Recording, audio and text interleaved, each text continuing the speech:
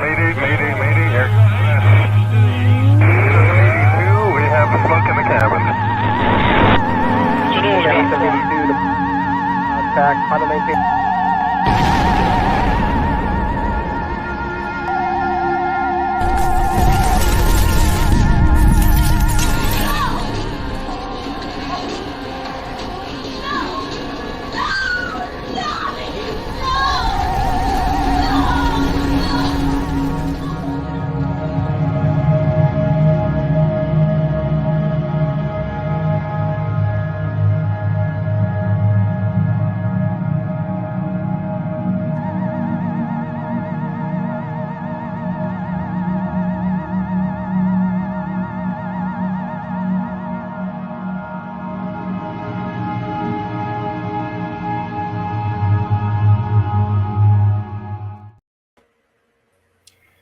Hello, welcome to the August 2023 session of Galactic Terrors, the online reading series that scours the known universe for scary stories, strange tales, weird horror, and all sorts of literary oddities from the most imaginative authors writing in a variety of fascinating genres. I am Jim Chambers, and with me tonight is Carol GYZANDER. Hello, everybody. Welcome, and thank you for joining us. We're happy to see you. If you're coming back from our past broadcasts, welcome. We're happy to have you back. If you're here for the first time tonight, welcome to you too. We hope you'll come back for many more future transmissions. As always, hit that like and subscribe button if you're on YouTube. Make sure that you get information about future Galactic Terrors live streams by signing up or signing on or whatever that is. I don't know. I guess you're not really signing up if you like something. Yes, you're whatever. Yeah, click that thing. That's the answer. Well, Yeah. I want to say something at the very beginning. You know how technology changes occasionally now and then, Jim? Yes. Well, we just discovered a few minutes before we came live that something has happened within our StreamYard platform, and our comments don't go through to our sites on Facebook where we're doing Facebook Live. And also, I'm afraid, Facebook friends, if you're doing that comment thing there, we can't see your comments to us either. So if you want to pop over to YouTube, you can chat with all the cool kids in the chat there, and that would be pretty nifty. I put the link in the Facebook groups where you can get to the YouTube broadcast as well.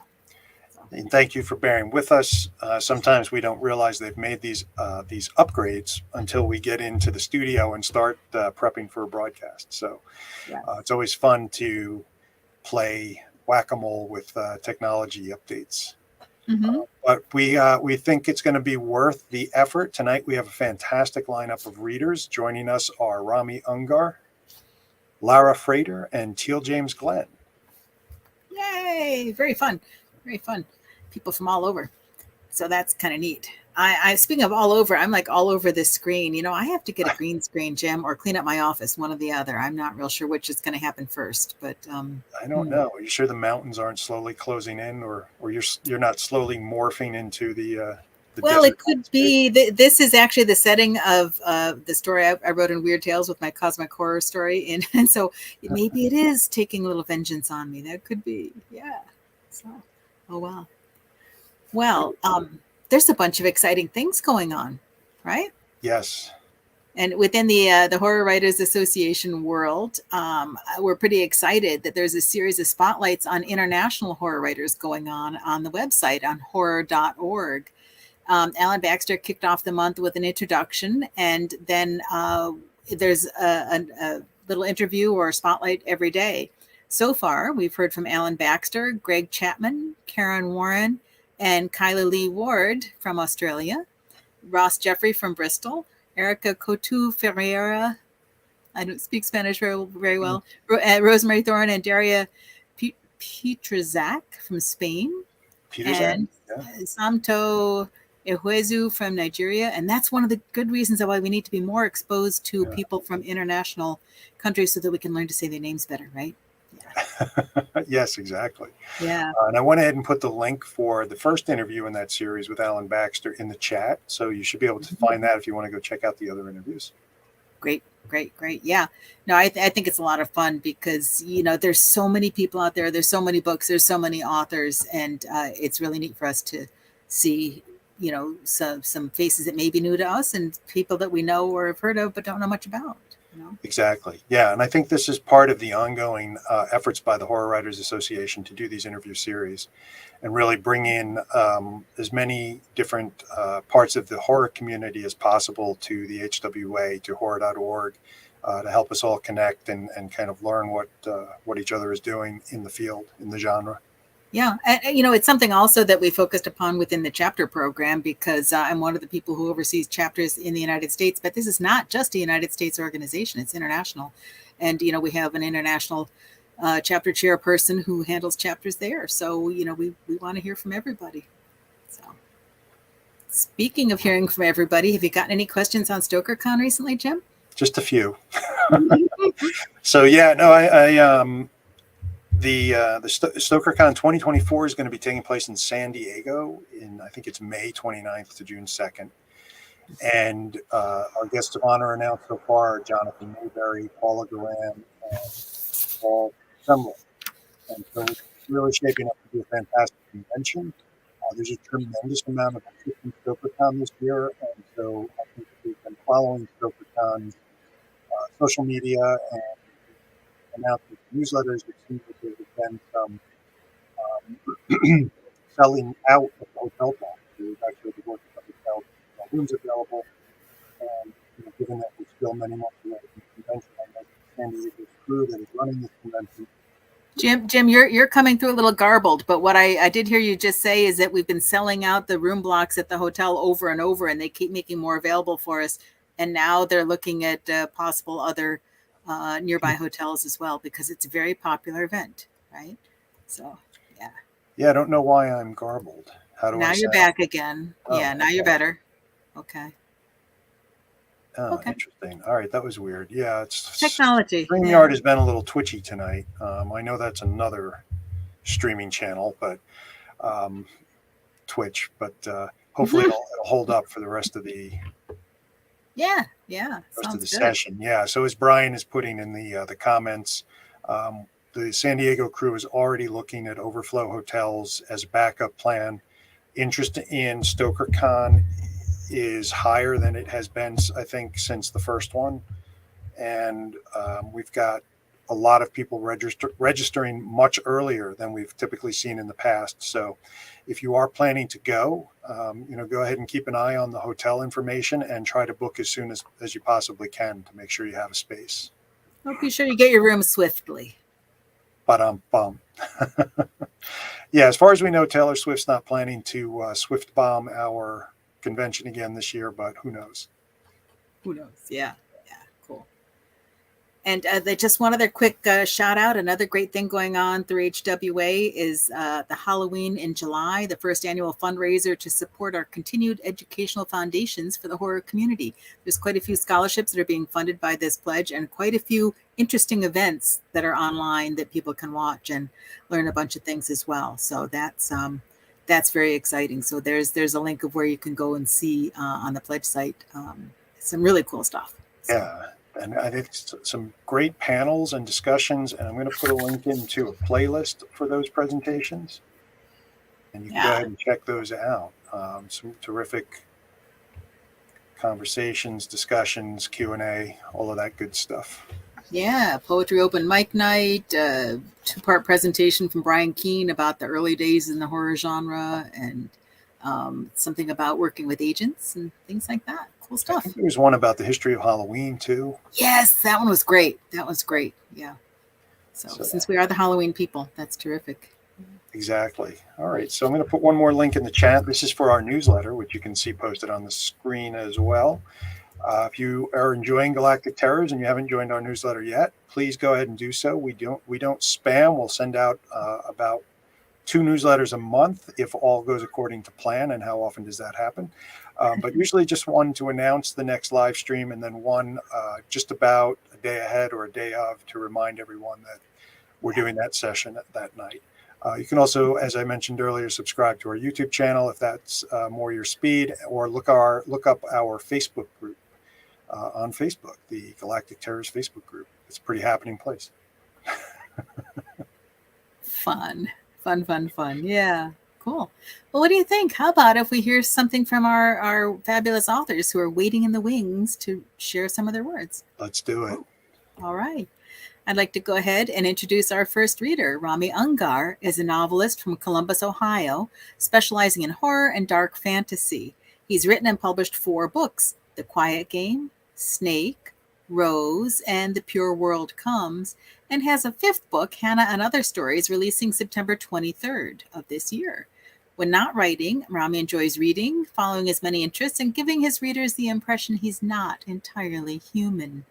You can find more about Rami at his blog and website at ramiungarthewriter.com, or find him as Rami at Rami Ungar Writer on Facebook, Twitter, and Instagram. And we'll put some of those links in the chat as well. So Rami, look forward to hearing your words.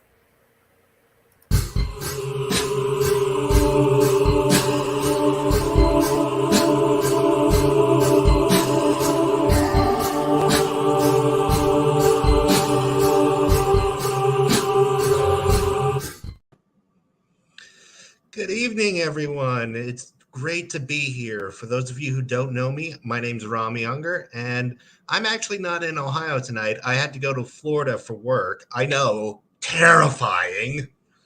But tonight I will be reading from one of the stories in my upcoming collection, Hannah and Other Stories.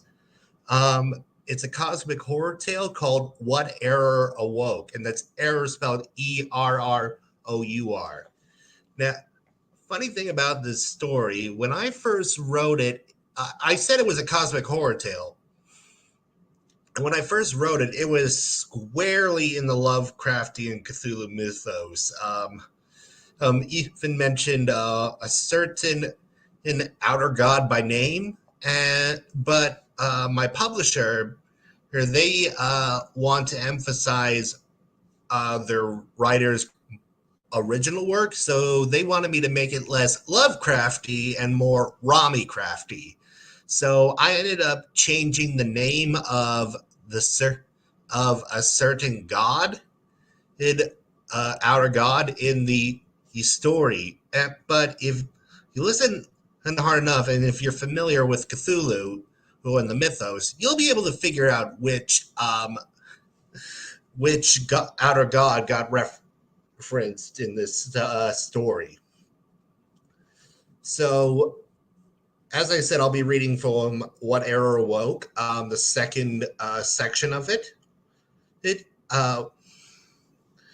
the first section, a student at a university class had a really bad fit after reading some English literature, and the story is told from the point of view of his graduate teacher, his graduate school teacher.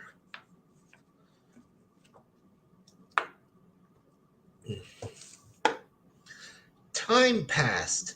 In the first week of February, Taylor returned from one of his own classes to the GTA office.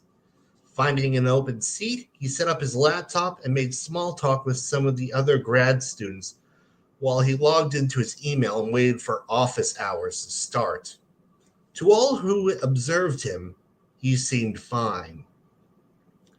However, as he checked his email, his thoughts were preoccupied. Once again, the student who had collapsed screaming the other day, Jake Dolland, hadn't shown up for class.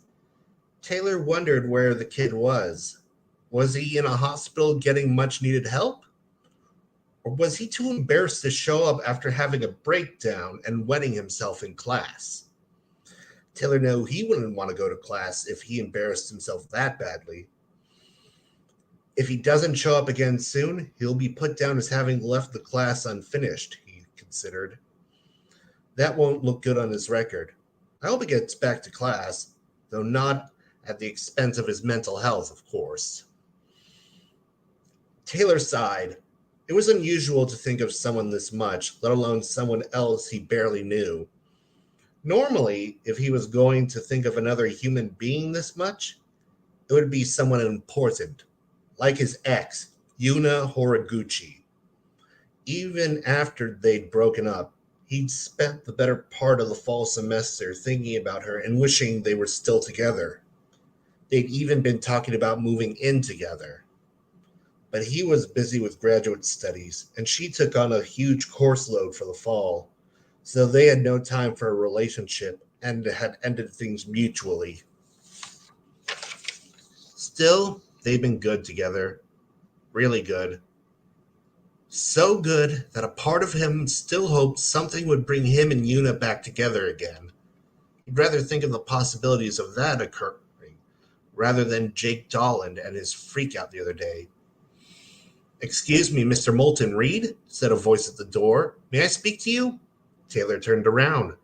Standing in the doorway was Jake Dolland. "Oh, Jake." Taylor cleared his throat. "It's been a while. I've been worried about you." Dolland smiled thinly. "I understand I made a bit of a mess of your class. Sorry about that." "Oh, it's no problem. Think nothing of it. More importantly, how are you? You feeling all right?" Dolland sat down in a free chair across from him.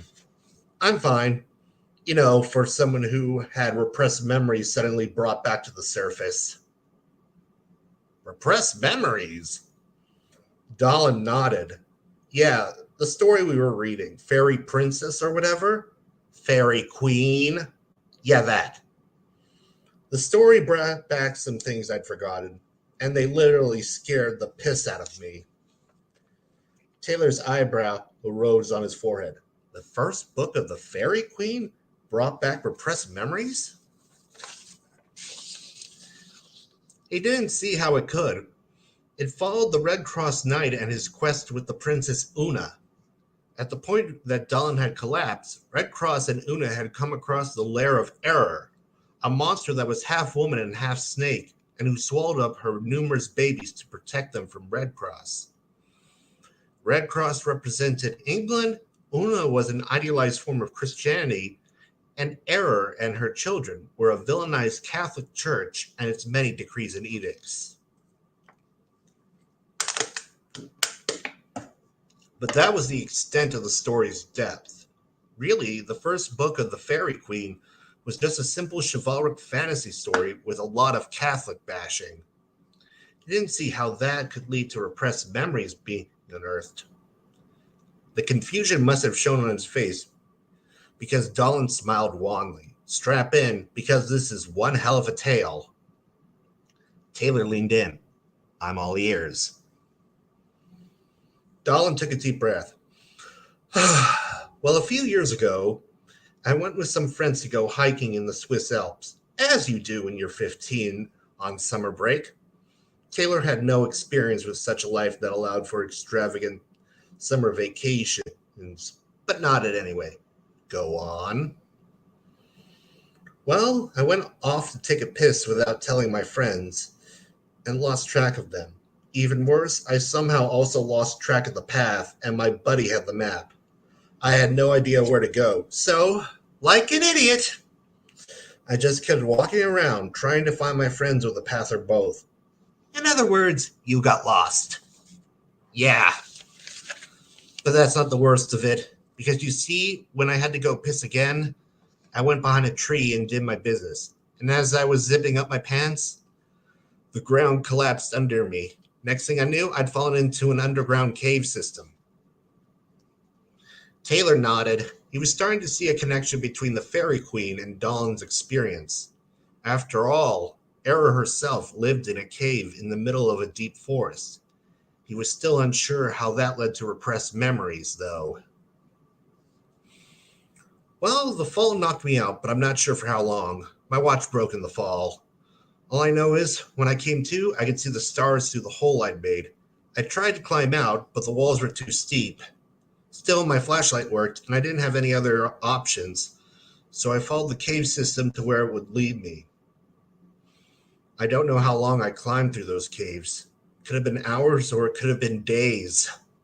I had the oddest sensation of time moving funny, though I'll be damned if I can explain to you how I felt that. All I know is, by the time I made it out of there and could see sky again, my flashlight's battery was running low on power." The kid shivered. And that's when things got scary. You see, the sky over my head was red instead of black or blue, which obviously was weird. But that wasn't the weirdest part, not by far. The constellations above my head were unfamiliar, and the trees, they looked like they were made out of human skin. He paused, his face terror-stricken again. For a moment, Taylor thought the kid was done, but then he continued after taking a deep breath. I was confused and scared, but I kept walking. I guess I hoped if I kept going, I'd find something familiar. When walking through hell, just keep walking, you know? But as I got deeper into those creepy woods, things only got creepier. Kept seeing these creatures. They kind of looked like those dinosaurs with armored backs and clubs on their tails, the ankylosaurs, except they were 12 feet long, covered in all this shaggy black fur, and had these sharp-looking spines on their back. Their tails were 20 feet tall and prehensile. I watched one wrap around a small animal like a python, twist around and feed it to the head. Oh, and their heads! They resembled bulls with curved horns and yellow eyes with horizontal pupils. Weirdest things I've ever seen.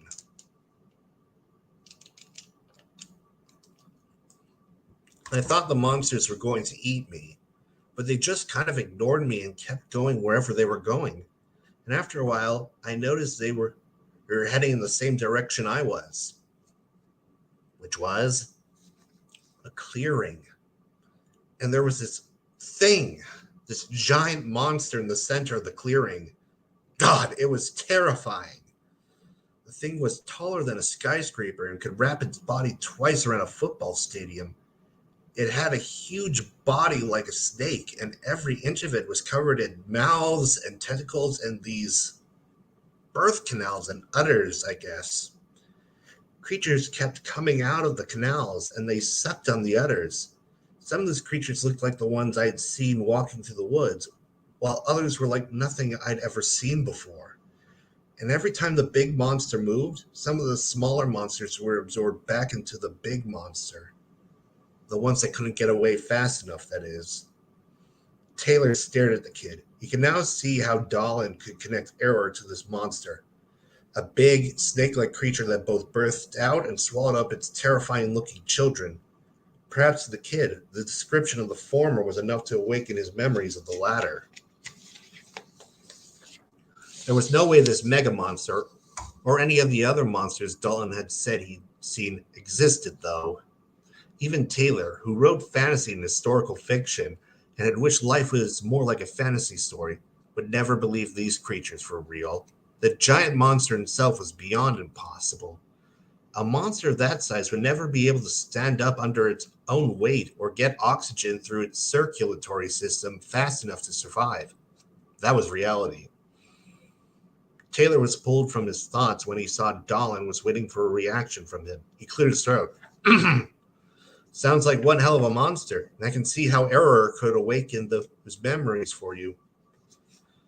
Yeah, but that's not the end of it, Dolan replied, because then I looked at its face, at her face. The big monster was female, and she had the same horned, bull-like head as the other monsters. The eyes, which was how I knew. Knew what? That monster was the mother of the other monsters. Maybe the mother of all monsters. That she was older than time and the earth and maybe the universe itself.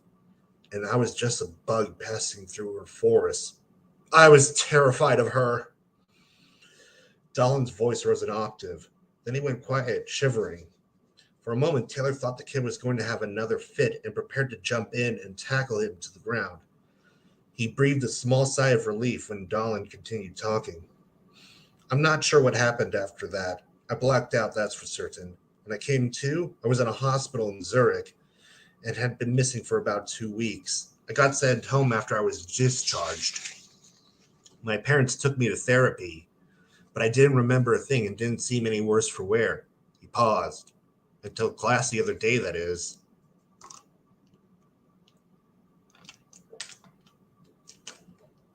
Taylor wasn't sure how to respond. Should he say that the story sounded terrifying? Ask Dolan if he was okay now and what he planned to do next? Make a crack about smoking some bad grass? Before he could decide, the kid stood up.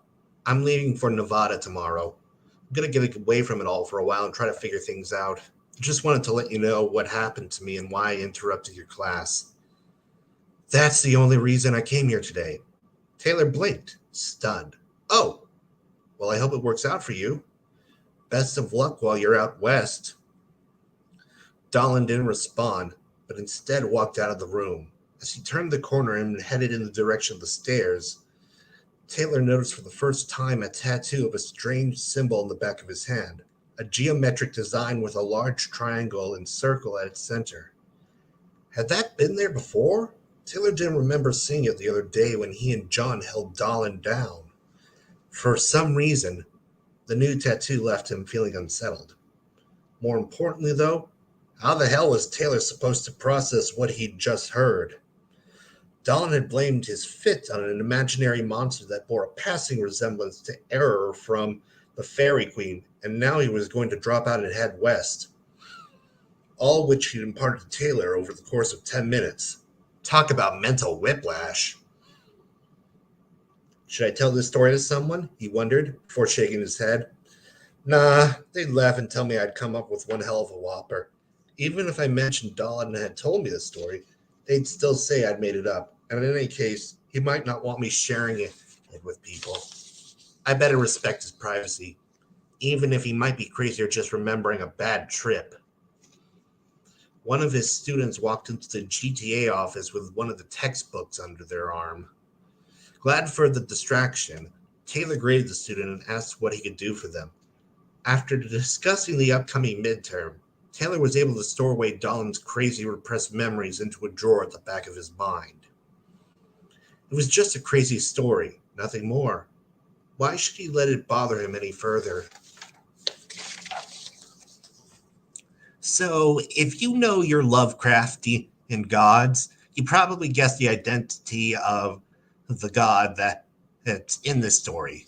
Among fertility goddesses, she's kind of the goat. Anyway, if you would like to find out what happens, you can read What Error Woke in Hannah and Other Stories, which comes out next month on the 23rd. Including this story, it also features tales of ghosts, budding serial killers, and carnivorous horses, among other things. You can pre-order a copy from the publisher, BSC Publishing Group's Square website, which I believe is in the comments. Thank you, and pleasant nightmares. Rami, thank you so much. That was terrific. Thank you. Very creepy, very atmospheric. We've got some great questions in the chat for you, but I wanted to start off with one question in particular. So you talked about having to make the story less Lovecrafty and more Rami-crafty. How did that feel for you? Were you more comfortable going in that direction, or sort of towards your own vision, away from sort of the Lovecraftian mythos, or did it feel like you were kind of out adrift? I'm wondering. Well, I was a bit resistant at first to changing the nature of the story. Lovecraftian fiction has always been used to help. Putting it in the Cthulhu mythos for me helped me make sense of a lot of what was going on in my life at the time. And I didn't want to lose that by changing the story too much. But I talked it over through some emails and some Zoom chats with my editor and my publisher. And I made some changes that I felt like people who are familiar with Lovecraft and the Cthulhu mythos, they would be able to recognize some things. But at the same time, it was a very Rami Ungar-ish work.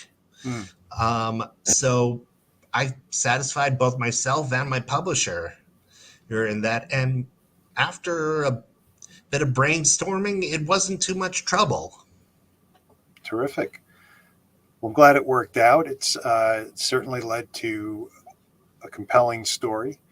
And we've got a question from the audience from Amanda Worthington, who finds the connection to Spencer interesting. So what prompted you to connect your work to the Fairy Queen? Okay, thank you for the question, Amanda. And for those of you who don't know, the Fairy Queen is a collection of, I believe, 16th century poetry by Edmund Spenser. It was written for Queen Elizabeth I. He was a court poet and he wrote it for her, while also kind of biting the hand that feeds him by using a few cracks at her in the story.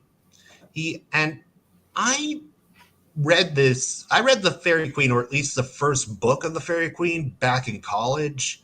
One of my required courses for my English major was British literature from the Dark Ages through 1500. And Edmund Spenser's The Fairy Queen was among those stories that we read. And I just remember, more than anything else, the battle between Red Cross and Error. So I wanted to keep that imagery for a story. So I wrote it down. And later, after I got exposed to the works of H.P. Lovecraft, I decided to kind of meld that with a certain fertility goddess who also has a penchant for her scooping up her own offspring. So it's kind of a grim connection. Indeed. But as you can see, it kind of worked out for me. Definitely. And thank you for the quick sum up. I suspect that the Fairy Queen isn't quite as well known as it once was. Yeah, that's something I struggle with, that my readers, that I sometimes expect my readers to know the same things I do. Right. I have to keep in mind that they don't. And when I was writing this story, I had to make sure that I left enough of a summary of Fairy Queen that they would be able to figure out what the connection without having read it. In fact, first draft had a much longer summary of Fairy Queen. And its connection and its deeper imagery. All right. So we have another question. This is one of burning literary importance. This comes from Nicholas Dyack. Though you're in Columbus, do you partake in Cincinnati-style chili? If so, what's your preferred way to have it? I actually did not know that Cincinnati had its own style of chili. So the next time I'm down there, I'm going to have to find out where they serve it, and if it's kosher or vegetarian, try it. All right, great. So we'll have to have you back sometime to answer Nicholas's question. Great. So one more question before we wrap up, Rami. So is cosmic horror the area that you like best to write in for horror fiction, or is there another area that you kind of feel is your home turf, ghost stories or folk horror or something like that? Cosmic horror is definitely one of my favorites. I love the idea of these ancient eldritch beings from beyond our world, so powerful that they make us look like ants compared to them. And they're just, anytime they make contact with our reality, it just kind of throws everything into a tailspin. I love that. But I also really like creature features, ghost stories, the supernatural or paranormal. Well, if it's got some weird or abnormal element, there's a good chance I'm going to try to write it. So cosmic horror, yeah, definitely one of my favorite ways to write a horror story. Great. All right. Well, thank you so much for sharing your story with us and answering some questions. We'll have you back on with the rest of our readers tonight to talk about what you have coming up next. Can't wait. All right. Great. All right. Our next reader tonight is LARA FRATER. LARA is an author and librarian from New York City. She writes horror, sci-fi, and dystopian fiction, plus essays and poetry. Her short stories have appeared in Tales from the Canyon of the Damned and Necrotic Tissue, and are upcoming in Soul Scream and Conspiracies and Cryptids. And those are two different things, Soul Scream. And I think, well, we'll check with Lara later. I think that's two different things, unless it's a Soul Scream, Conspiracies, and Cryptids combo. She's the author of the paranormal suspense series Paranormal Pest Control and the zombie series End of the Line and the nonfiction book Fat Chicks Rule. Her essays include Fat Heroines in Chick Lit, The Statue, and several chapters about library science. And you can find out more about Lara at larafrater.com. Lara, welcome.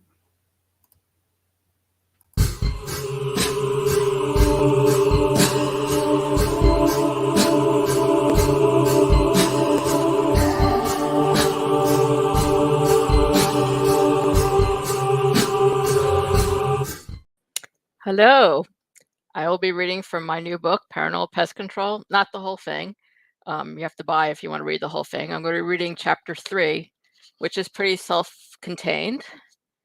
So here goes. Keep it down. You're disturbing it, Mercedes said. Hector Ramirez didn't understand why Mercedes didn't wear sensible clothes and shoes. She looked like she was about to spend the night clubbing rather than being on a dusty floor. Mercedes' knees were on the floor and her ass was in the air as she investigated a cubbyhole under the large platform bed. Her arms and knees were in a large or faded towel with a giant sun displaying the caption, "Give me some rays." Disturbing it, I think you have it backwards. Who do you think the pests are? Frank Carver, Hector's partner, explained. Frank stood next to the room's low window, leaning back against the wall with his arms crossed. He glanced at Hector and rolled his eyes. Frank looked young for his age, with very little white in his hair, but Hector had been started calling him Grandpa since he became one 2 years ago. Yes, disturbing him, Mercedes said without looking back.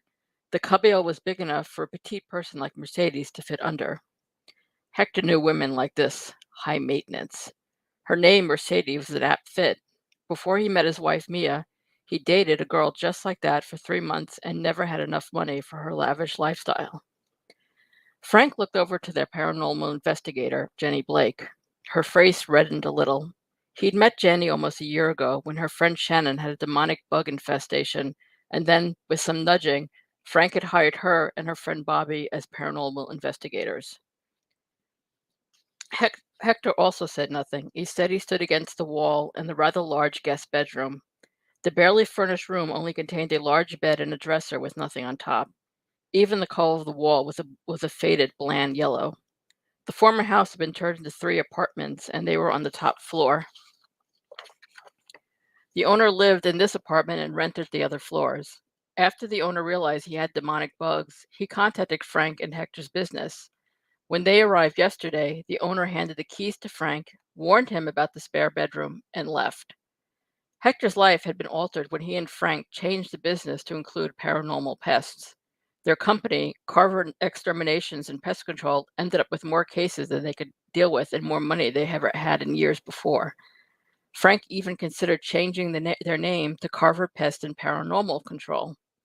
Hector wanted a name with a little more pizzazz, like Frank and Hector's Pest and Poltergeist Control. But Frank, who started the company, wanted to sound serious. They're one of the earliest businesses to include getting rid of demonic pests. Other companies were finally getting on the action. It dented their profits, but not enough. They had excellent Yelp reviews, good word of mouth, and a reputation for being one of the best. Hector didn't like bed bugs. It was a hard job, often lucrative. Desperate owners would fork over anything to get rid of the little vampires. But demonic bugs were the worst because of how fast they bred and how the rules could differ with each case.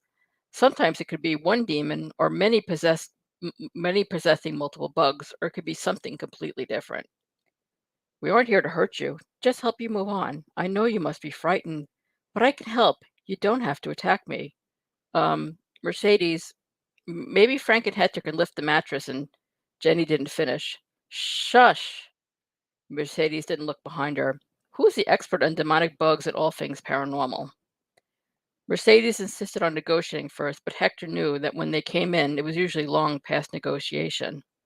Even Jenny looked a little confused when Mercedes said they would talk to it first, but she explained she sensed the beast was scared. We are actually, Frank's tone with a mix of amusement and annoyance. "You're just a consultant." "Well, I'm consulting, so be quiet."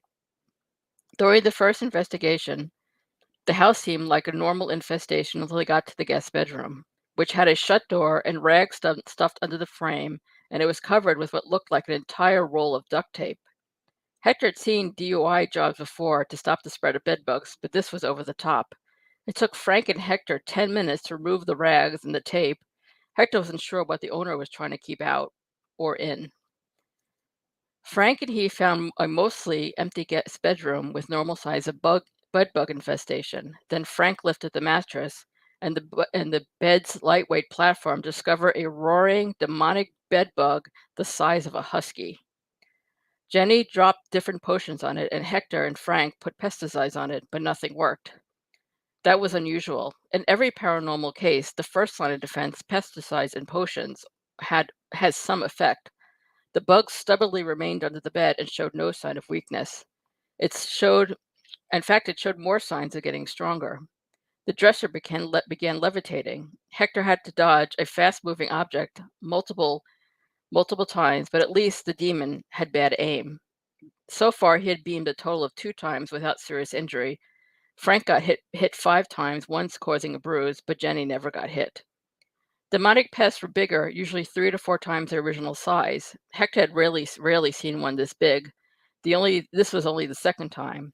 The first time it had been a giant spider, but it had reacted to holy water.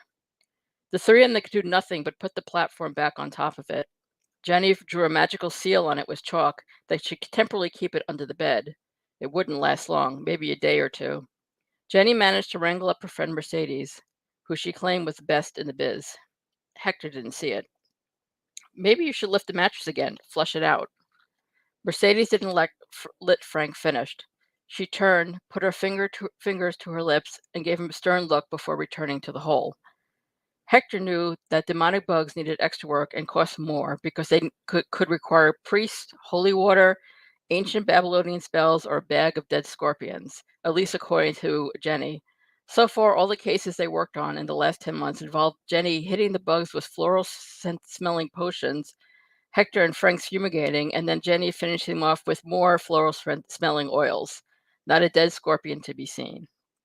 Mercedes stuck her head into the cubby hole, which Hector didn't think was a good idea. "Mercedes, maybe you shouldn't do that," Jenny said. But Mercedes didn't respond. She continued moving slightly into the cubby hole. Frank leaned over to Jenny. Hector could barely hear him. "Is she nuts?" "No, she's trying to talk to it, trying to get into his head that it needs to leave." "I thought you said she was the best. I've been hearing about her for months now." Frank crossed his arms. "I've been friends with her for years. She knows what she's doing." "The creature is scared." Mercedes sounded more than annoyed. "And I told you to keep it down." Hector didn't respond as Frank took a few steps towards the bed. Hector thought about it too, but decided to stay put. "It's not scared, it's a demon," Frank said. Hector agreed, but remained silent. Jenny ignored him. Frank gave Jenny another look. Mercedes ignored him. Frank gave Jenny another look, and she hunched her shoulders.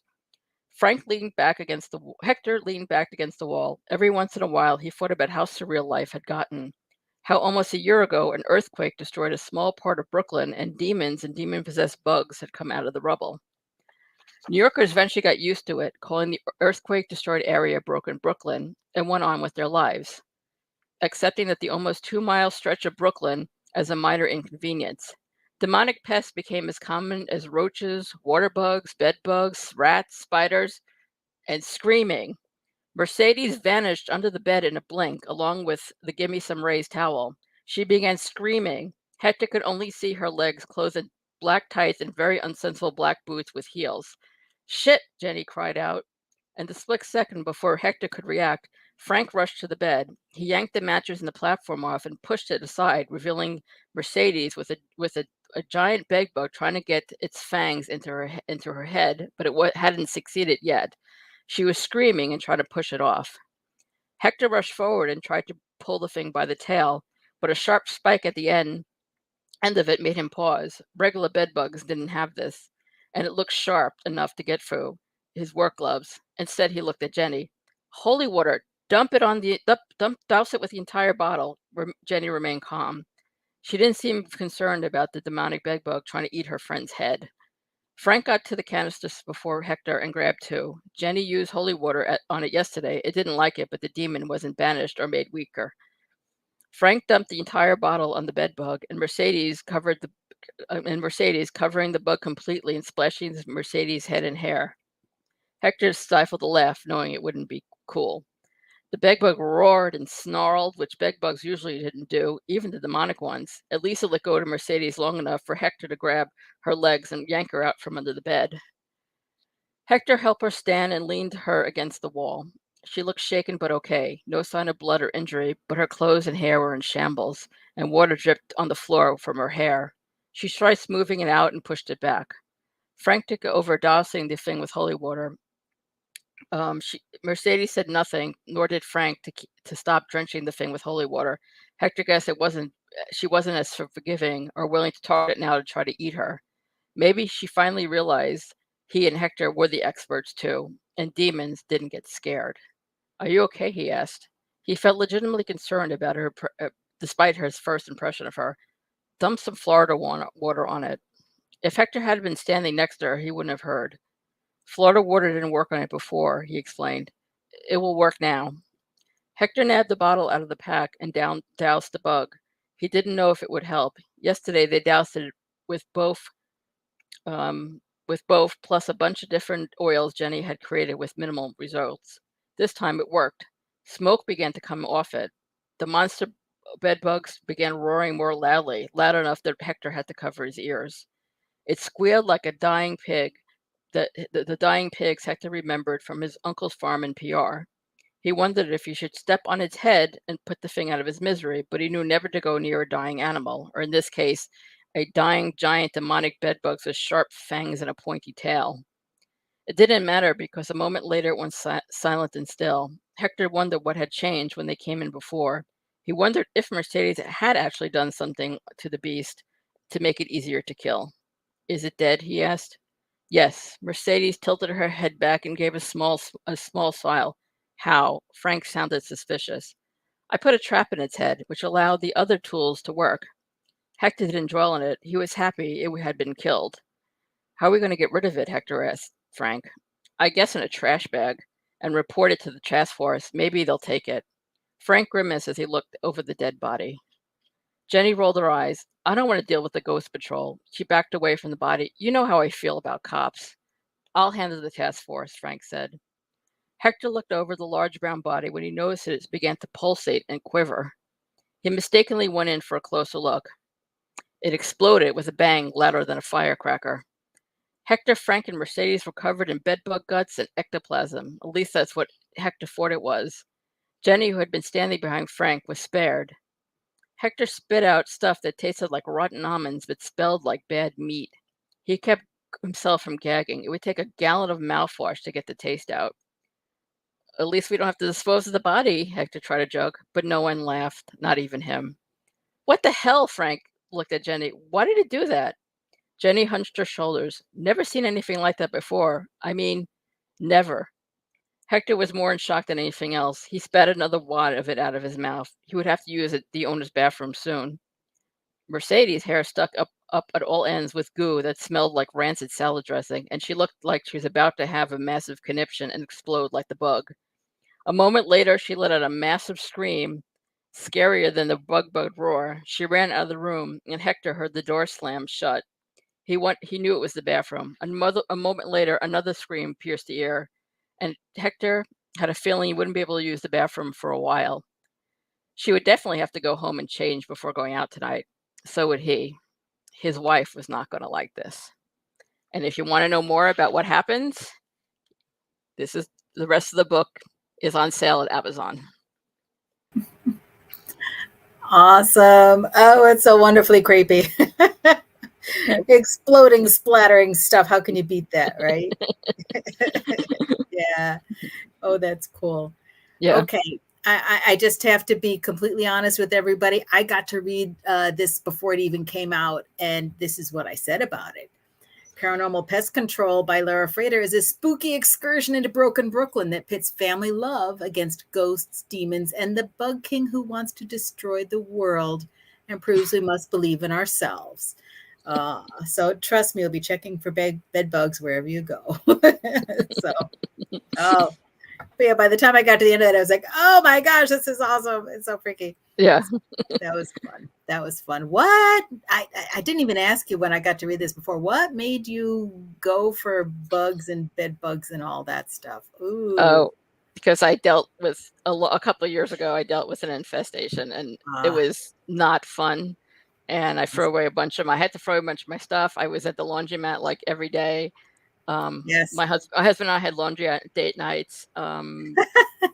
Yeah. And ever since then, I was like, and it was a whole thing I'm reading on.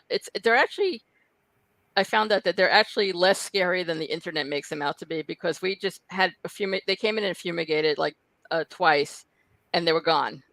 And but the internet was like, they hide in the cracks and and I'm like, oh God, they come from hell. I said, you know what? Let me have bugs from hell and mostly bed bugs. And then let's have a giant bed bug be the villain, Oh my goodness. Well, yeah.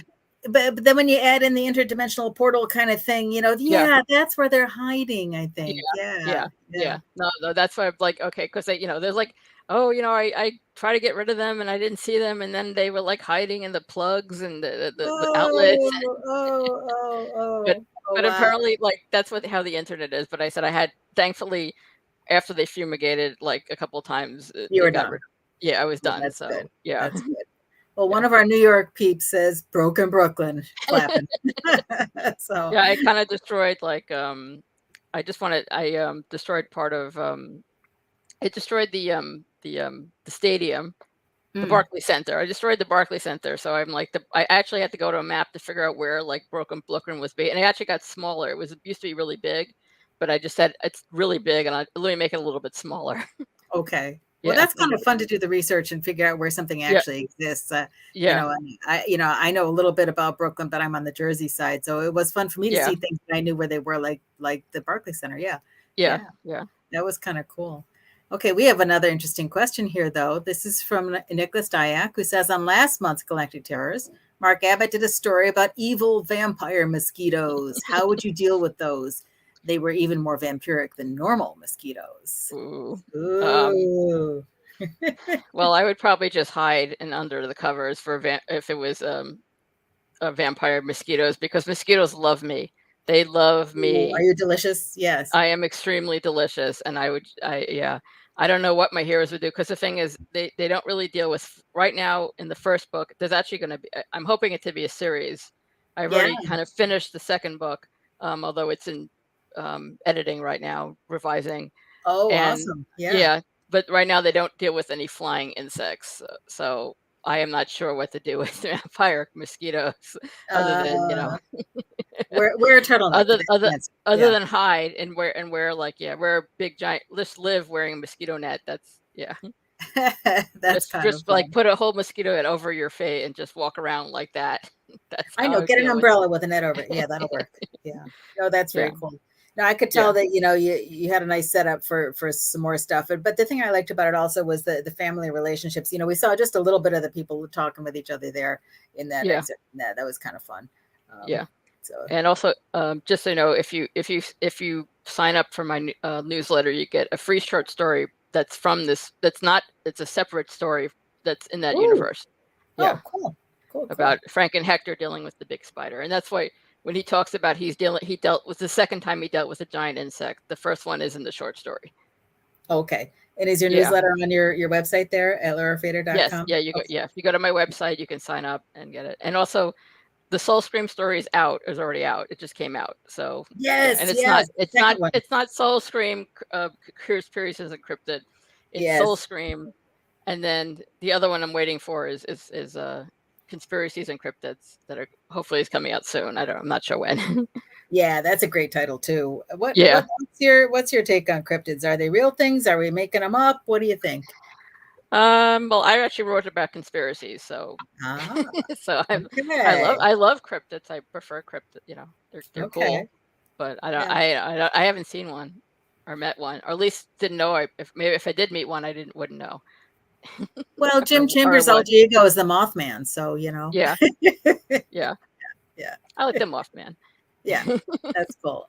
You know, and I know the Jersey Devil from my end. Yeah. I had a novella I wrote about Bessie, the Lake Erie cryptid, Lake Erie monster. Yeah, so I think there's cool. I think there's one in I can't remember. There's one in Vermont, and I can't remember the name offhand.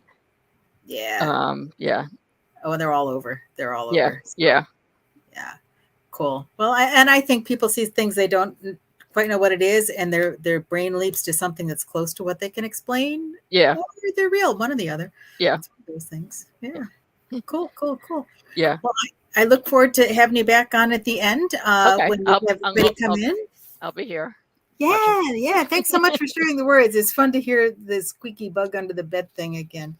And I do like how she's trying to comfort it. It's scared. Yeah. All right. Yeah. Well, we'll see more. We'll see more of her character. She's a part of the book, and she's significant in the next book too. So. Oh, I can't wait. Okay, that'll be terrific. Yeah. Thank you. Yeah. Thank you. Right. Okay, I'm going to go ahead and introduce our last reader is TEEL James Glenn. His poetry and short stories have been printed in over 200 magazines, including Weird Tales, Mystery Weekly, Pulp Adventures, Space and Time, Mad, Cursova, Silverblade, and Sherlock Holmes Mystery. His novel, A Cowboy on Carpathia, a Bob Howard adventure, won Best Novel 2021 in the Pulp Factory Award, and he's also the winner of the 2012 Pulp Arc Award for Best Author. His website is theurbanswashbuckler.com, and you can find him on Facebook and Twitter as TEEL James Glenn. TEEL?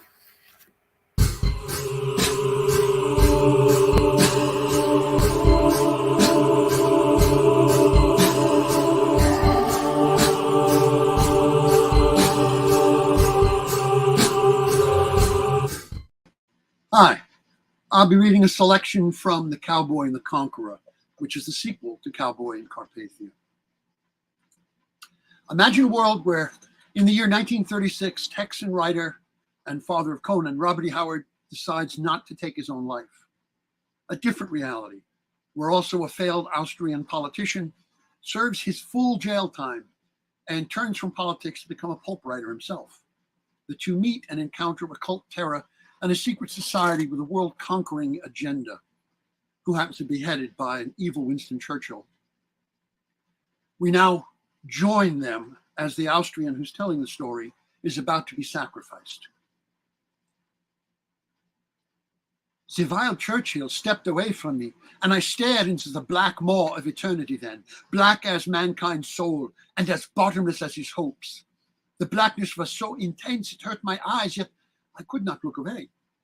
I was held as if in the grip of a great taloned hand, my head forced to look, but I wanted to look as well, for the darkness, there was movement in it, writhing, squirming movement. The shapes I saw there were not faceless, horrid abominations I had expected, but rather very human forms.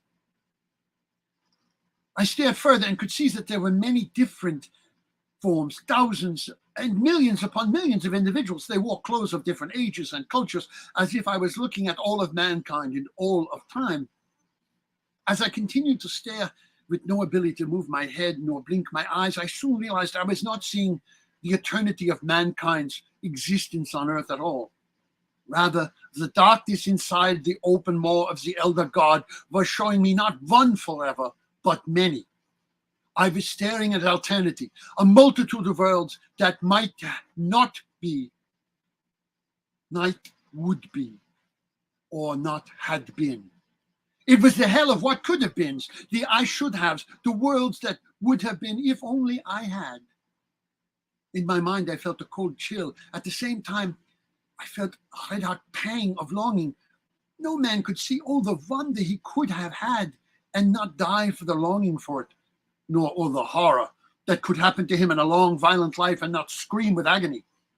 What human mind could behold all that was possible in their life, all the love and all the pain, and remain sane? Yet there I stood, and there I looked, and there I saw.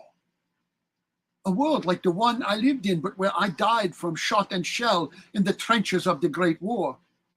There was a world where my sight never returned after the mustard glass blinded me, and I lived an empty life in darkness, unloved and unfulfilled.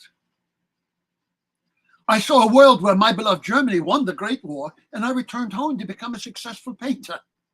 I saw a world where I was never beaten near death by the brutal man who raised me, but rather was raised by a loving and caring father in a quiet rural Austria. That was peaceful, uneventful existence. In that great endless maw as a dark god, I saw all the worlds and all the ways I would have or could have been, worlds where I became a different Adolf, another one, the one I was. Some worlds with a different name, but always the same person, and yet different as well. Most horrifying of all was the world where I never served my 7 years in prison. In that other horrifying world, I served mere months. Himmler rewrote my autobiography so that it was not only readable and intelligible, but became a successful volume read by millions as a blueprint for totalitarian domination and racial genocide. In that world, I marched onward with the National Socialists behind me. I watched with heart-stopping horror as in that hideous world, I killed my own dear cousin Gilly, who feared and was repulsed by me. In that world, she would never become my wife.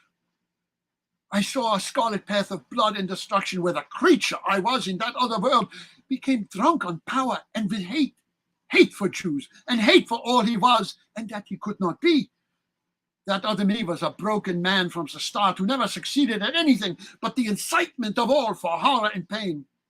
I saw a man who all but killed the very country whom he tried to save. I saw death camps and slaughter and degradation. It made me sick to my stomach. It was a monstrous world and life, a path of abomination and destruction, and I watched it as I lived it.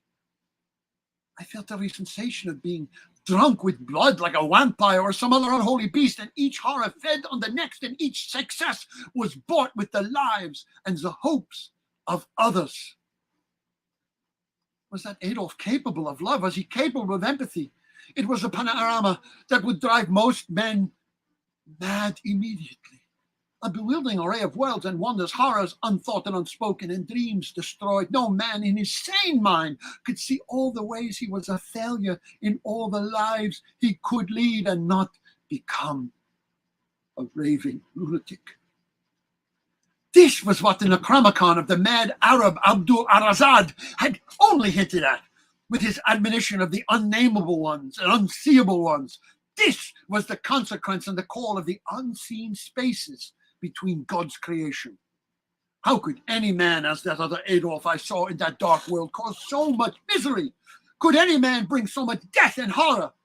How could any man be filled with so much self-loathing and hate, so much fear and failure? And how could he convince so many that he was right? How could I? I cried as I watched the other me live the life I could never have imagined outside this nightmare. I was filled with such revulsion and despair that anyone, especially I, could become such as he, that I wanted to cease existence at that very moment. I willed my heart to stop and my blood to cease flowing, but was cursed at that moment to continue life, and with that life to continue to feel pain. I cried as I watched the world of that version of myself unspool. I felt my sanity slipping away, my grasp of all that I was slipping away. I was willing to die, to give up all hold on the world, and willing my own oblivion. It was all I wanted, to die and end any knowledge of that life and world. I felt the enormous guilt at what I was tearing at my soul, what I saw the very fabric of my mind renting. I threw up my hands to try and ward off the horror before me, and in that moment, my eyes saw a glittering flash in the reflected starlight. I saw my wedding band on my finger. It was then I thought of you, dearest wife Gilly, of your faith in me and the deep and abiding love you had gifted me with. I thought of the joy we had together. I thought of our sons. I thought of all the failures in my life that I had overcome with your success and your aid. All I had achieved. I saw every one of the dark moments you helped me overcome. And I thought of my friend Bob Howard. I thought of the fact that in this world, I had earned his friendship with my actions and my person. Could the estimates of so direct and heroic a man be wrong? Could his fronte instincts be so far from accurate? He had called me friend and trusted his life to me. Could I be capable of such vileness as I had seen with his faith and your faith in me? No. By my love for you, my wife, and your love for me, by my actions and failures and my triumphs in this life, I was not the man I saw in that other world. I had worth. I had value. I was a good man, and each man has a right to live his life, to succeed or fail, to laugh or cry, to grow with each failure, to learn to be a better man. I was the man who had grown by his failures, and not that monster in the other verse. I would not go to oblivion with fear and guilt and pain. I would fight the darkness, my last thought and my last breath. At that moment, I heard a voice from beyond the abyss, from outside the dark gulf before me, a loud, booming voice that screamed my name and threw me back from the very edge of oblivion. No time to stargaze, Adolf, Bob Howard yelled. We got some butt whooping to do. And if you want to find out just what butt got whooped after that, you can pick up Cowboy and the Conqueror, or the prequel, Cowboy in Carpathia, where he beats up Dracula. Thank you. Wow, thank you, Teal. Wow, that's awesome. Awesome. That was terrific. You know, I have heard this a number of times at your various readings, and every time it's just compelling. You know, it's like you really just take us right in there. So. Yeah. Thank you. Thank you. No, I think you're one of those rare writers who's really well positioned to breathe life into the characters in your readings because of your training as an actor in the theater. And all I'm that. big enough so that the people in my head have room to develop. Are you saying there's a lot of room? Never mind. Don't answer that. What? Echo. He just listens to the voices. It's not Teal. He's just channeling the voices. Not me. I didn't do it. The voices in my head. Don't put it down on my shoulder.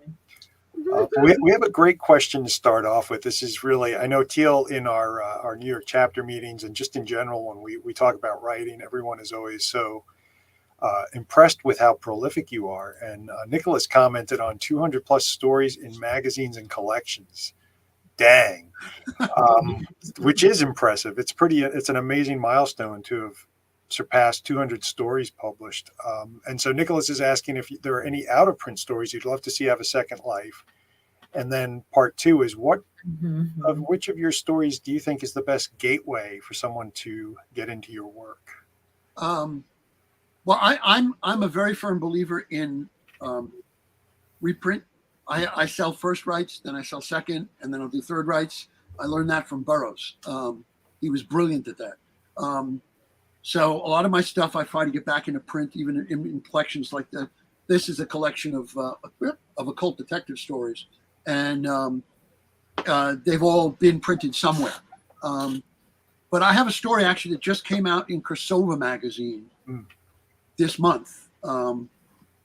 Dead Men Do Tell Tales, where it's an evil vampire named Van Patten and his two sidekicks, Brooks and Waters, and my hero is oddly enough, Lara he's an exterminator. He exterminates paraphage. And that actually is kind of where my head is. It goes in all directions. He quotes Shakespeare all the time, and he's blowing stuff up and running around with a sword.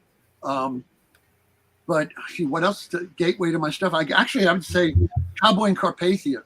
It's sort of a love letter to everything I love in writing. It begins with the prologue is the moment Robert Howard decides not to kill himself, and then it goes on from there. So, and as I said, you get to meet Dracula, and he's a Prince of Wallachia. None of this count nonsense. Right. Well, and it's funny because if someone had asked me that question, that's the book I would have steered them to. It seems to really just, be the perfect combination of all of the elements that you bring to your writing. Thank you. I hope so. I mean, I actually wrote this one, the Cowboy and the Conqueror, first. And then so I want to find out how he got there. And I went back and did that as a prologue, and that got printed first. Because this all started out where there was an anthology that was looking for alternate worlds, put together two of the strangest people you could think of together. And of course, I'm like, well, it's got to be Bob Howard and Adolf Hitler, who I do not call, in this book, he's called Hister, because that is what Nostradamus called him in his predictions. And I didn't want to give page space to that name in anybody doing internet searches, etc. Okay. So I always thought, well, what makes you go mad when you look into an old god? Well, obviously it must be this, you know. Yeah, but that was kind of a. I mean, we have a question from Chris Ryan that kind of touches on that,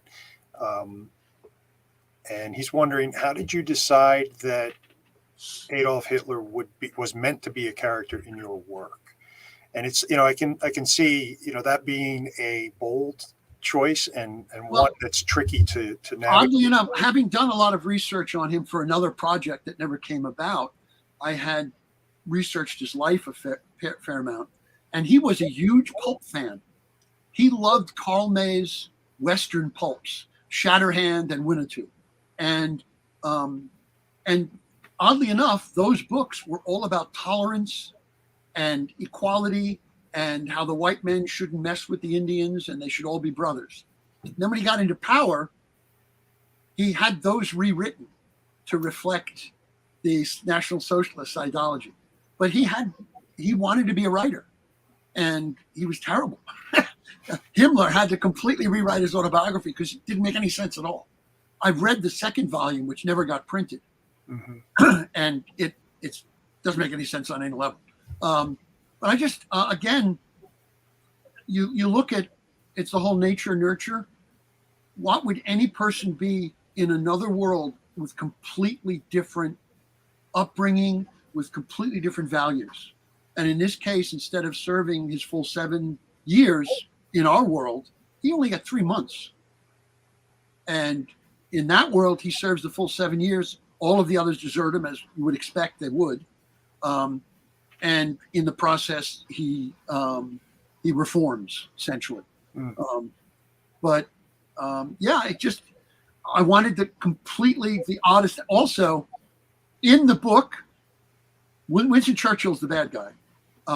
And everything that Churchill says, about 80% of it, and about 70% of what Adolf says are actual quotes taken out of context. So I will drive historians insane. Because they actually had conversations back and forth, because Churchill really loved Adolf until Adolf declared war in England, and then he completely switched. So they had all of these conversations back and forth, and I just lifted parts of them. Yeah. It's a really weird world we live in. So I'm not doing anything, I only vaguely improved on it. So it's sort of the blackout poetry of history turned into alternate worlds, weird shit. Yeah. Yeah. I mean, in the Bob Howard world, Dracula isn't a thing. It was Varney the Vampire that became popular, and Dracula is the real guy. So, again, I like to with reality whenever possible. So history buffs beware if you pick up those books. You will never know if it's real or not. Right. I try to throw as much reality into everything that I write in an alternate world, so you're just never sure. Got it. Well, I have a question for you that I happen to know how much you know about history and things like that, and all the research that you do. What is it like reading stories where people get it wrong? This is an FCC, so I can curse, right? Within reason. I mean, It actually, if it was something written 50 years ago or even 30 years ago, I can maybe forgive it a little bit. But in a world where you have access to all the great libraries of the world at a keyboard's notice, to get wrong a detail, unless it's intentional, about some historical event, is essentially inexcusable. It's like, Babe Ruth had an aluminum baseball bat, right? And, it takes me out of the story. So I feel, because I'm the guy who yells at the History Channel, I want to make sure that people reading my stuff aren't taken out of the story because I got something wrong. I write a lot of adventure fiction too, And guns. If you get one fact wrong about a gun, you are just bombarded with, but I also have enough friends who are history buffs that, frankly, I wouldn't want to disappoint them. I don't want to have the wrong kind of sword in the wrong time period, or, it drives me nuts with a lot of people with like Victorian fiction, where they'll write an adventure and they'll have women doing stuff that, as if women did it, as opposed to this is unusual that this particular woman does it. And they will put people in places they could not have been because they don't look at the social structure of it. Like weird fact, before 1935, when you pledged allegiance to the flag, you did this in America. That's how you pledged. You didn't put a hand over the heart. And as soon as they picked it up in Germany, they stopped doing it here. That's interesting. I've never heard that. Yeah, I mean, there's photos of of classrooms of kids doing it. At the time, that was just how it was, the Roman salute. That's what we did. It was a Roman, but so little stuff like that can make me wacko. And if I catch it in my own stuff, which occasionally I do, or I read something in my old stuff and I go, "Oh God, how did I do that?" I had a story where somebody was in a bar, was looking at a Panamin. Now, a Panamin was the precursor of a jukebox and a music video. They were in bars. You put a dime in, and it would run a 3-minute film on a little screen. Yeah. But they didn't come in until 1941, and I had it in a bar in 1938, and I was furious with myself for getting it wrong. So, Well, there's always, poetic license, creative license. You can allow a little bit of flexibility either here and there for dramatic effect. Well, I have a voodoo scene in one of my stories, and I had a roommate who was a voodoo priest, so I had him check it. One goes to sensitivity readers, especially when they can make you a zombie. And I have. What do you mean make? Yeah. There are chants throughout the book, and I made sure that anytime there's a chant, I took random lines from different real chants. So it's gibberish, but it's gibberish that sounds real. Right. And he looked at me and went, "How do you know this? You got it right." That's good. That's good. Well, here's Lara with the reassuring comment of the day. Even Steve made a mistake. He put Co-op City in Brooklyn. Thank you. Yes. Yeah. I mean, even curses. Since I write on period stuff, certain curse words didn't exist at certain time periods. So if you use a curse for somebody before it came into use, it throws things off. It's like having the wrong kind of clothing styles or something. So I just want to make it as good as possible. And because I have friends who are as annoying as I am about getting stuff right. So I won't say persnickety, but maybe they are. But yes, in an alternate universe, editor people, no. It's also why it's nice in an alternate universe. Yes, you can get away with a lot more. Get away with a lot more. It's like being an ichthyologist during Shark Week. Oh God. Yes. Yeah. Or the paleontologists are going, "No, they had feathers. They had feathers." Yeah. Well, As God is my witness, I thought dinosaurs could fly. Yeah. Right. Thank you so much. This is great. I think we're going to bring our other readers back on and find out what everyone has coming up next. So let's welcome back Lara and Rami. Hey. Hello. You guys have brought us some wonderfully creepy stuff. Thank you. Well, I love the fact that we cosmic horror framed the book. Yes. You blocked him in with the cosmic horror. Yeah. That's good. We won't even mention the fact that Rami's in a hotel and we're talking about bed bugs. No, we will not mention that. Just coincidentally, I was just proofreading a story that's being that I wrote that's being reprinted in my new collection, and it is cosmic horror and bugs. Ooh, okay. Rami, pull your mattress out and check it. Right. I already did that. I had know my you own. did. Funny thing, I had my own infestation a few years ago, Oh, so whenever I stay at a hotel now, I always check all four corners of the bed. Hmm. Yeah. And Mhm. if I see anything that looks even slightly hinky, I will go out. I will be like, "You got to put me into another room. I don't care where, just not Yeah. that room. I think it has Yeah. bed bugs." What Oh, are the and telltale signs that you look for? usually I look Spots. for, well, obviously the bed Yeah. bugs. They'll be hiding in the creases of the corner. If you There's- if you come in and see bed bugs, get out, because that means you have a really serious infestation. I Okay. But also essentially, look. yeah, look at the mattress, under the mattress, in like on the white sheet, and if you see like brown, anything that looks brown or something, that's Yeah, like because they they're leave excretions after yeah, they feed. yeah. I've And also read enough crime stories that I look under the Yes. bed to see if I there's a saw a body. comment, Lauren. I do. I actually, every time I think of bed bugs, I actually get itchy.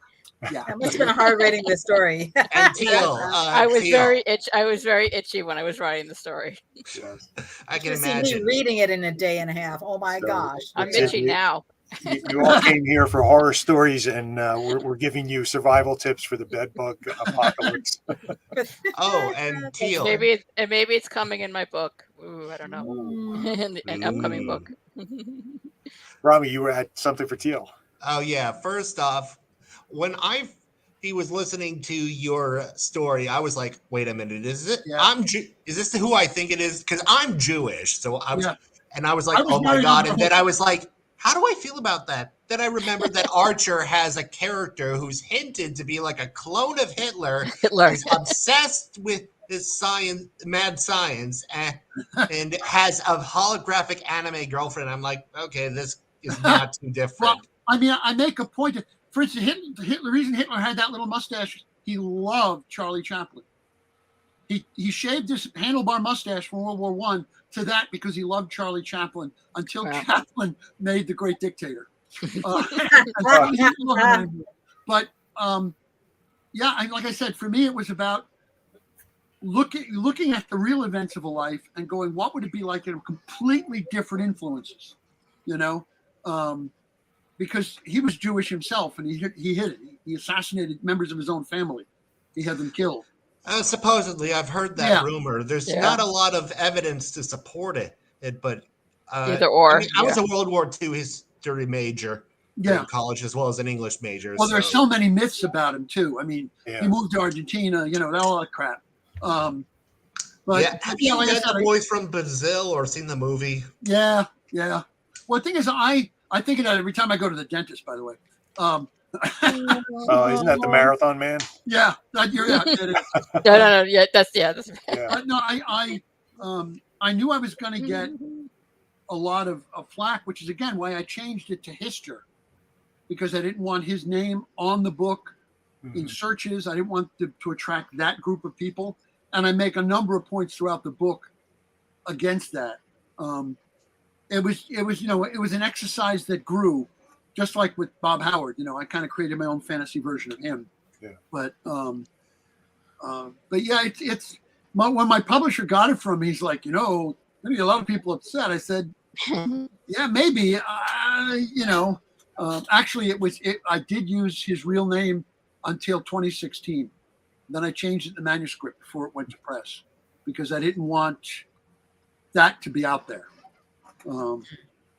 I applaud your choice. I can't speak for other readers, but I think you made the right choice, and it appears you handled the topic with the sensitivity required. So thank you. Thank you. I tried. Like I said, I was married under a huppah. So, my mother's father, Mazel tov. My mother's father was a German Jew who'd come over and was non-practicing before World War I, actually just about World War I. So only Hitler would have considered me a Jew, but I have a great affinity for it. So I tried to give it fair play. I like Hitler when it's comedic, like To Be or Not to Be, or God, the original is so brilliant. The History of the World, the TV show actually really does a Hitler on Ice and really goes, and it's very funny. Actually, my best version of it, there's 2 Three Stooges shorts they did before The Great Dictator where Mo plays the dictator of Moronica. And I've seen clips of that. it is brilliant because aside from the fact that all three of them are Jewish and they're throwing Yiddish around in the middle of the story, they completely dismantle him. And it was done. Mel Brooks was Jewish and he loved to make fun of Hitler. It was done about 8 months before. Well, they always say the thing that tyrants cannot handle is humor.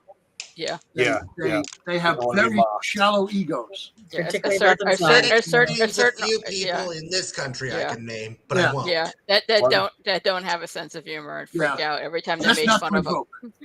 So there you go, folks. This Galactic Terrors, you got a deep dive on bed bugs and early Three Stooges satire. But Rami, why don't you start us off and tell us what you have coming up next? I know your book is forthcoming, so I assume that's one thing, but what can we look for?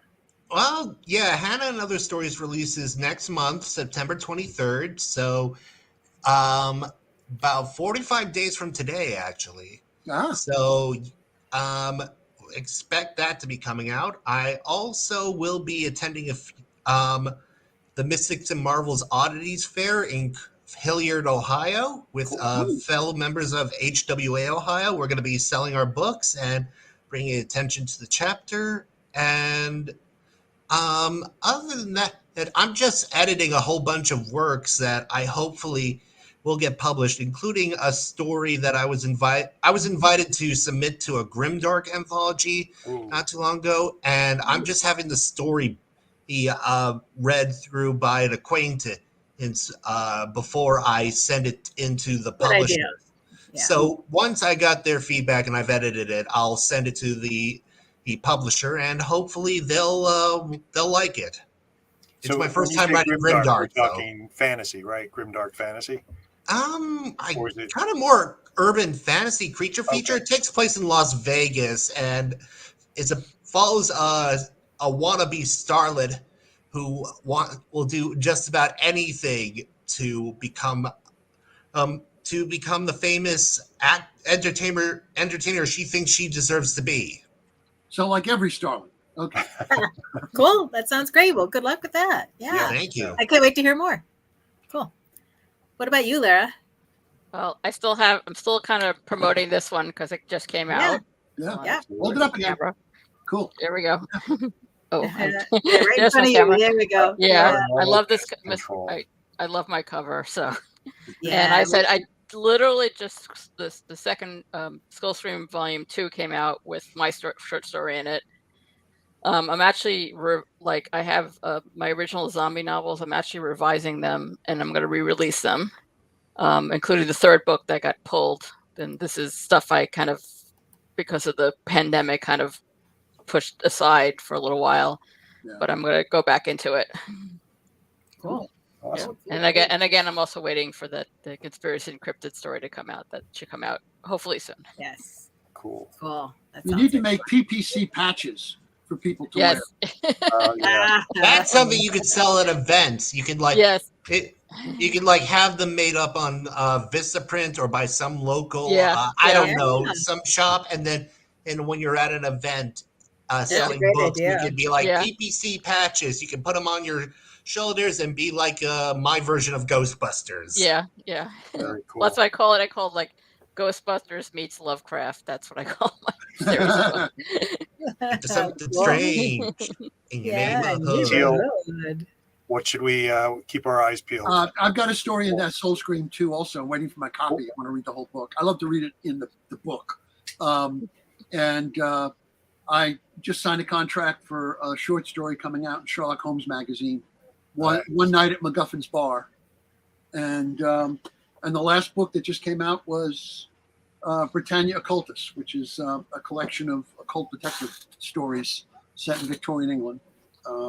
And sometime this fall, the date keeps changing, but I have a nonfiction book coming out, the Pulp Guy's Book of Pulp Heroes, which is... with covers and all sorts of things, right? Yeah. It's the history of all of the pulp characters, starting basically with the Shadow and everything that came after that up until 1955. Just all of the main characters. That's great. In all of the media that they're in. I'm really looking forward to that. Yeah, it was just, I did it as a column years ago. And when the website went down, I said, I really want to do more with this. So I kept writing more of them, and then it morphed into the book. So that'll come out from Bold Venture Press sometime in the fall. Terrific. Cool. That's great. Cool. Yeah. And what Carol, about you? what have you got cooking? Well, I don't have anything coming up immediately. I just had Weird Tales out in May, but I may have said that a few too many times.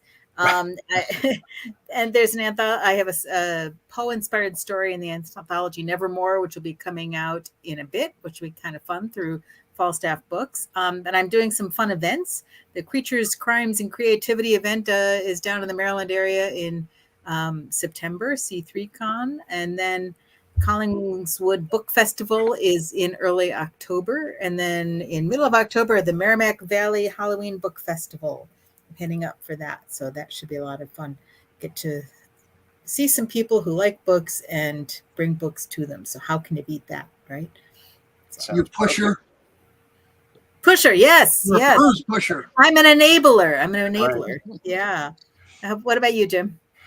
Well, I'm going to go for the trifecta here for plugging Soul Scream. I believe I have a story in volume 2, which is coming out or out now. Thanks, Chris. My new Cosmic Horror collection. Awesome book. Yeah, it's a terrific cover. My new Cosmic Horror collection, A Bright and Beautiful Eternal World, is being published by Weird House Press. That cover. Oh my God! I was just going to say that is the most awesome octo cover. I love that cover so much. Thank you. I don't have it queued up, so I'll have to show that next month to the audience. But if you follow me on social media, you've seen it and you will see it again. And it will see you.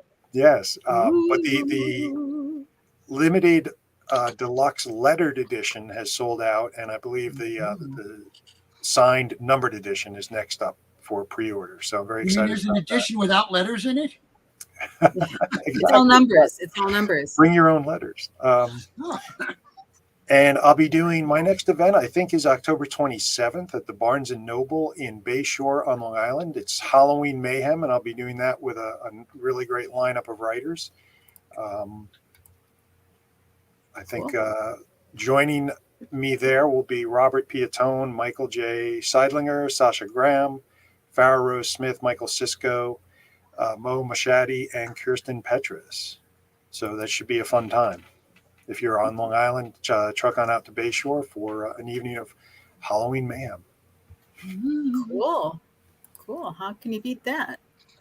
You know, Halloween is more than just a day, right? We all know that. It's a way of living. Yeah. Well, I love the day that like all the Spirit Halloween stores first open and everybody gets so excited. Floods with pictures of people rushing to Spirit Halloween. It's great. I cannot wait for any of the local ones in my area to open. Michael's has got the Halloween stuff in there, and I was in there the other day, and I was like drooling. That's right. I got this. Got it. Oh yeah. Okay, now if we want to mention drooling, here's the cover of Jim's book. Oh, Carol. Oh yeah. Look at that. Wow. Isn't that freaky awesome? That is sexy. It's the best author photo I've ever seen, too. He just took his place. Yes. Well, the best part is that the same artist who did the cover did all the interior illustrations. And I'm waiting for the permission from the publisher to share some of those online. But they're just really cool. Yeah. Awesome. Well, I have two other things to share. Just this looks funny to be doing this, but this is just my tribute. Jay Daniels is my final girl. So that's a nice sort of thing. And also, some people may have seen my Facebook post. I got these new glasses that are anti-reflective. Right. What do you think? Are they doing? Yeah. I don't think that word means what you think it means. Exactly. So by reflective, you mean we're supposed to be able to read your screen in your glasses. Exactly. Yeah. And if I look at somebody who's wearing those, we like fall into an alternate reality time travel channel. But That's it. Into the bed bug universe. Or the Twilight Zone. All right, let's all go take a shower now, okay? Yeah.